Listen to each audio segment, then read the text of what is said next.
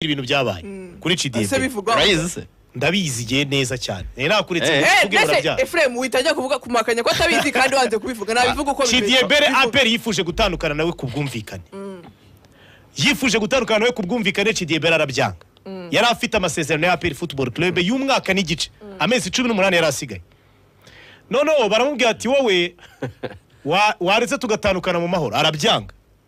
aravuga baramubwira ati tuguha amezi 6 arabyanga aravuga ati jewe gahunda yanjye nimwe sinareka akazi kandi ngafite ngo mundekure gutyo bira mupango munyishyura umwaka n'igice amezi 18 nibutse abantu ko hari aho twakoranye Kicukiro yageze ahajya mu ntare rwose APR Football Club iravuga ngo okay tuzajya tuguhemba ariko uzajya ukora imyitozo mu ntare aravuga ati ibyo hari ikibazo kweli avuga ati giye nta kibazo ajya gukora imyitozo mu ntare icyumweru kimwe ubuyobozi bwa APR bukuru ubona birakabije nose uzahima umuntu ibihumbi by'amadolari akora mu ntare atagukinira ibi nibiki abohereza umuntu ujya kuganira na CDB gutya vis-a-vis imbona nkubone ninyumva nkumva nawe ari mu buyobozi bwa APR indese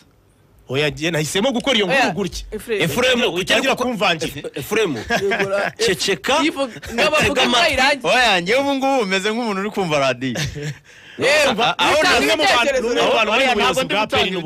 aho ntasobanukiwe nzajya mbaza reka nkurayivuga irangize uze kubaza nyuma urumva ida uwo muntu ajya kubonana na CDB CDB baricarana iwe mu rugo aho CDB yari atuye aramubwira ati amafaranga ugomba kuyafata ni byiza ku buzima bwawe ni byiza kuri kariyeri yawe ntabwo bishoboka gukomeza guhembwa gutya utadukinira ikipe ntigukeneye jya gushaka handi niba uri umukinnyi mwiza ariko abivugana imvugo isa nk'iremereye hano ati none ibintu ngubwira no gufite uburenganzira bwo kubyanga oya ntabwo ndi bukoreshe kuko ntari mfite rekoda ariko yakoresheje imvugo isa nk'iremereye ku buryo amubwira ngo iki ida ibintu ngubwira no gwemeye no guteraho comment urumva CDB aravuga ati niba utarunabizi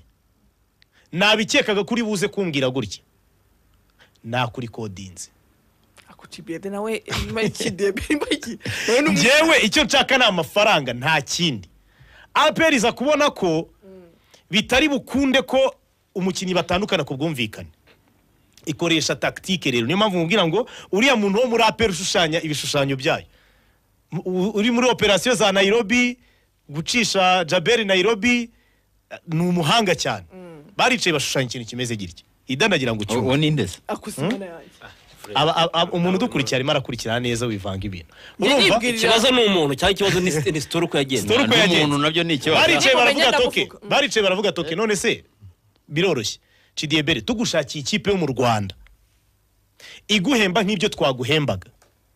ariko atuvira mu ikipe ariko tukanaguha n'amezi 6 y'imperekeza wabyemera aravuga ati aha ibyo nibyo nashakaga ngiye mu ikipe yo mu Rwanda njyamo impemba ariko ikingenzi nuko nje mbanabonye amafaranga yanjye batisawa imuhemba umushara yahembwaga muri APR arangije baravuga ati ibyo biroroshye APR yahembwaga ibihumbi binahari bine bitatu ibihumbi binahari urumva hanyuma barambwira ati AS Kigali iragushaka kandi amafaranga irazana ari cash gutya recruitment ya urazo tuyifata ibintu byose bijya ku murongo hanyuma APR iramubwira toke wowe kugira ngo ujye gusinyira iyo kipe banzu dusinyire tuguhere ririzi leta kugira ngo iyo kipe oya yarabanje ajya kuvugana n'iyo kipe bahurira mu mujyi kuri hoteli yegereye kan Kigali abona igikapu amafaranga ibintu byose birahari ubuyobozi bw'ikipe baramubwira ati dore ngiyi kontra ariko se turagusinyisha nta ririzi leta ufite umukinnyi avuga ati dasaki AS Kigali umukinnyi aravuga ati dasaki AS Kigali byo ngibyo barabizi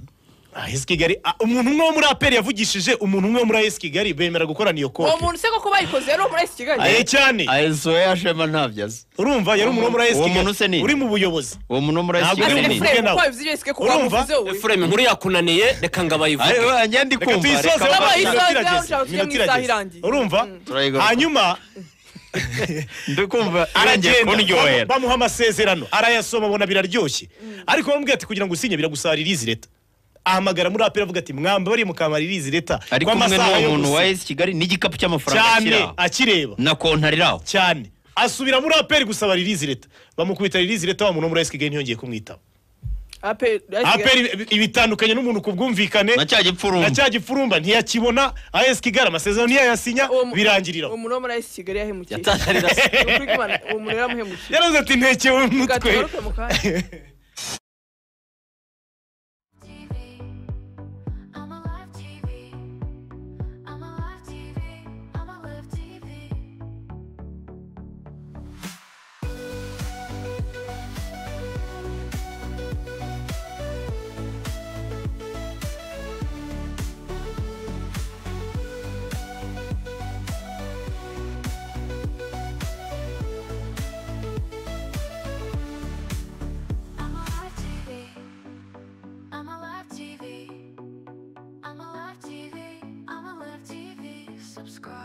Subscribe.